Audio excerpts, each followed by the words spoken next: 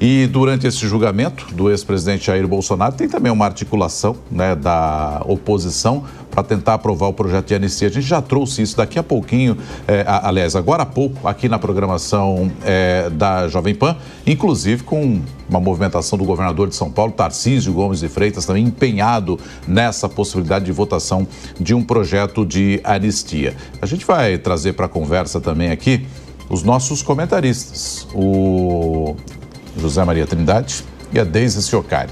Deise, vou começar contigo agora, à medida que a gente tem o governador se articulando, mas também outros integrantes nesse julgamento tentando levar essa discussão da anistia para esse palco. Eu só não sei se é o momento adequado, Deise, exatamente quando os olhos se voltam para o julgamento do núcleo principal da suposta tentativa de golpe, você falar de anistia nesse momento em que está todo mundo concentrado naquilo que os juízes vão dizer, né, Deise?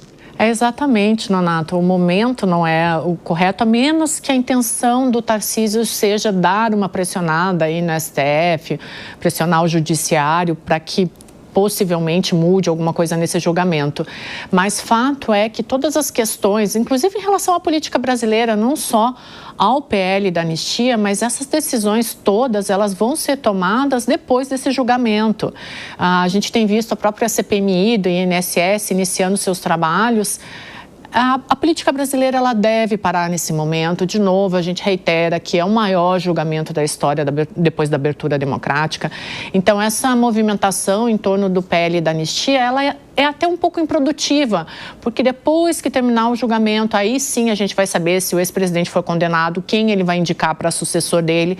Vale lembrar sempre que o ex-presidente Jair Bolsonaro, ele ainda tem muito capital político, ele ainda é o grande líder da direita, então depende dele as articulações para 2026, e esse julgamento no STF, que se inicia hoje, ele é decisivo. Então, qualquer articulação para além disso, nesse momento ela me parece muito improdutiva, né? Tem que esperar o julgamento e aí sim as articulações recomeçam já com um fato concreto. O que se tem agora é simplesmente fumaça. É uma semana atípica, né? Até duas, inclusive, porque o julgamento vai dar continuidade na semana que vem.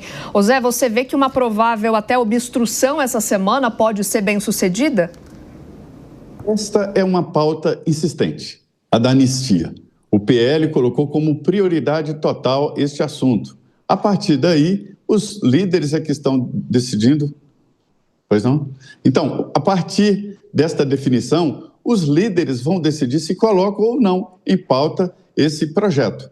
O presidente da Câmara reúne hoje ainda os líderes dos partidos políticos e ele tem obedecido ali o que esse colégio de líderes acaba considerando como prioridade.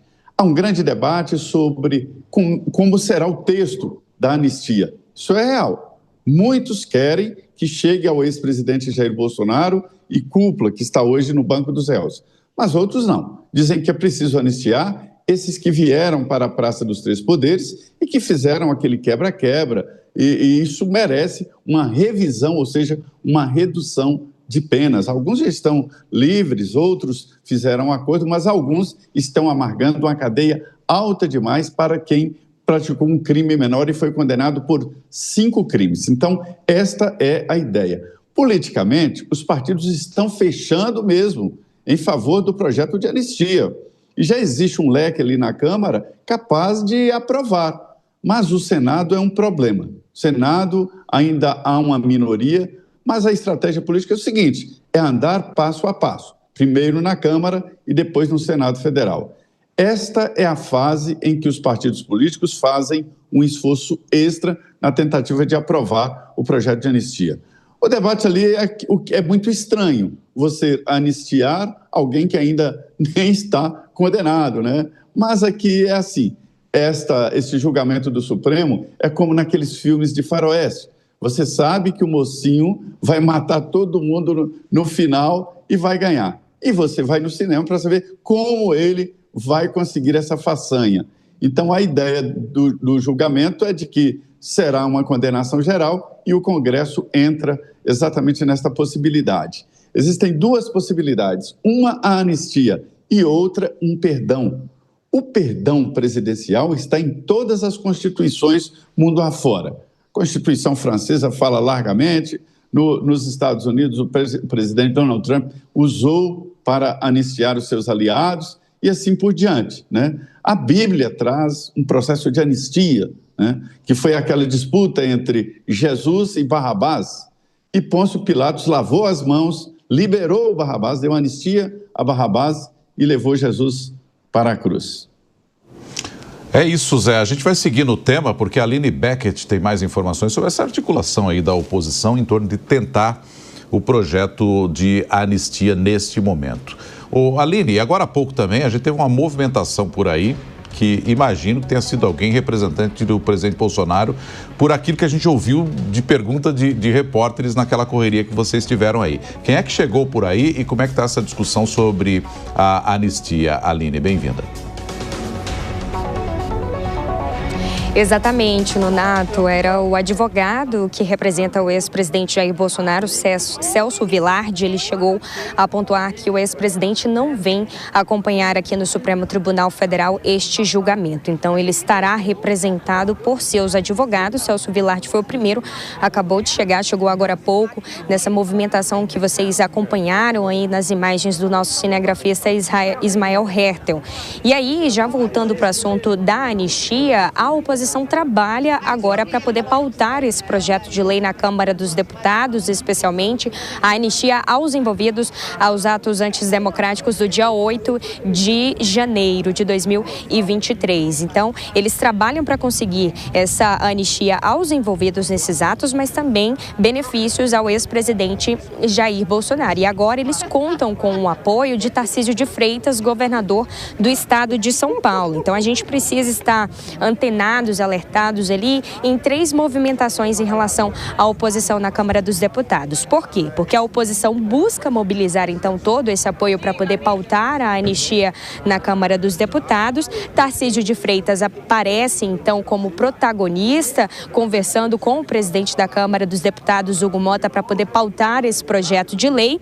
Mas também existe o presidente nacional do Republicanos, Marcos Pereira, que também está envolvido. Ele se reuniu há alguns dias com o governador Tarcísio de Freitas e aí essa reunião teve como tema principal a anistia. Essa foi a pauta. Então, os objetivos e as estratégias da oposição é Tarcísio convencer o Hugo Mota a pautar esse projeto no plenário da Câmara dos Deputados, e aí eles garantem uma anistia ampla e restrita, ou então uma aposta em um futuro benefício, que é o indulto presidencial, né? Então, no caso, uma eventual candidatura de Tarcísio de Freitas à presidência da República, e caso ele chegasse a ganhar essa presidência, ele diz que daria esse indulto, então, ao ex-presidente Jair Bolsonaro. Mas aí a gente entra em toda aquela prerrogativa, tanto na aprovação desse projeto, quanto em relação a esse indulto presidencial, porque o judiciário entra em cena novamente. Aí o STF tem a prerrogativa de declarar a inconstitucionalidade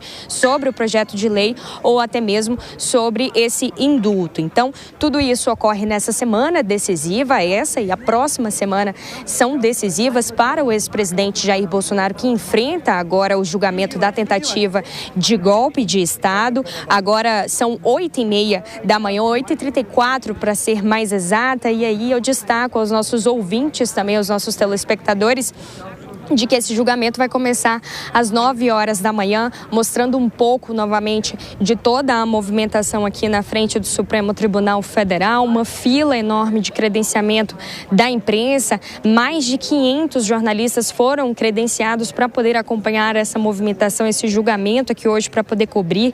66 jornalistas estrangeiros também foram credenciados para poder acompanhar. Então, a gente segue por aqui, acompanhando toda essa repercussão, toda essa movimentação, que, como eu disse, a defesa já está chegando. Chegou Celso Vilardi, ele já garantiu que o ex-presidente não deve aparecer aqui ao Supremo Tribunal Federal. A deputada Jandira Fegali também esteve aqui agora há pouco. Vou procurar saber ali o que ela diz, porque eu estou em link com vocês, mas estamos aqui acompanhando toda essa repercussão, e qualquer outra novidade a gente volta durante a programação da Jovem Pan News. Nonato. Tá combinado, então. Aline Beckett, direto de Brasília, atualizando a gente a respeito dessa expectativa para o julgamento de daqui a pouco.